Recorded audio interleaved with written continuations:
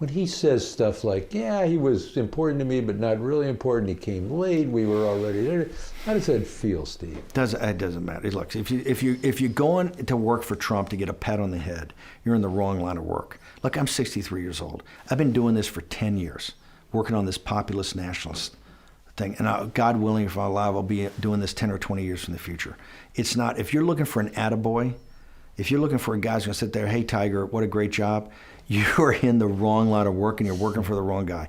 I do not care if he said I was the smartest, greatest thing I ever worked for him, or I was the biggest dog that ever worked for him. It doesn't matter. What matters is the work, okay? He won the presidency, okay? On that weekend in August, it wasn't about the primaries, what everything. It was about what the reality was then, and he won, okay? And there's no doubt, if I was not there on Billy Bush weekend, okay, he would have gone in a different direction, I think, because the pressure was on him from everybody. He had one guy who had his back that day, okay? And in the White House, I think I did what I had to do. I had his back on certain things. I'm on the outside. I'm the only guy, I was, been interviewed these last couple of weeks. I'm the only guy consistently, not for some sort of rah-rah, because none of my income depends on Donald Trump. I don't need Donald Trump to go sell a book. I don't need Donald Trump to go get anything done. I respect him of what he's trying to accomplish. Remember, he didn't have to do this. They've tried to destroy him, and they're going to go after to really destroy him. Okay? He was a billionaire buying, open championship courses, a lovely wife, a great family, enjoying life after you're 70 years old. He didn't have to do this. Okay? He did it, I think, and I saw him up close because he is a patriot, and he did it for the country. And I'm very proud, and I will always be proud, of the fact that we beat the Clinton junta. Okay, I dedicated 5 years of my life to making sure that that group of mafiosos would not be in charge of this country.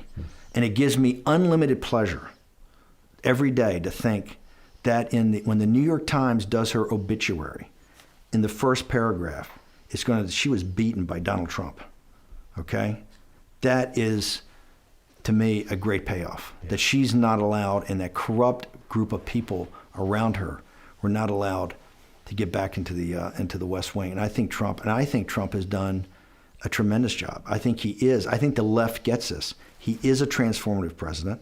He is a historic figure. Now, as I told him, Lincoln, Jackson, Reagan, FDR, to be loved long term, you're going to have to go through very dark valley. Mm-hmm. Okay? Reagan was at 83% or 33% in the August of '83. Lincoln was losing the war up until he won it, right? In 1864, he's going to lose by a landslide until they took Atlanta, right? FDR, all those dark days in World War II and the Great Depression. Andrew Jackson. If you look at all the great presidents that are beloved later in history, they all had to go all in on what they believed, understand at the time you're going to be not that popular. There's going to be a lot of people, but you got to be absolutely convictions. You'll hit the inflection point because you're right, and this stuff is right. If you want to just be popular, like a lot of people around him want him just to be popular, you're not going to accomplish it. You're going to end up like Bill Clinton. You'll be kind of popular at the time and then forgotten in history, right? So if you don't want to end up like that, if you want to end up like Reagan, you got to stick to it. I think he has stuck to it to a large extent. I hope he sticks to it more.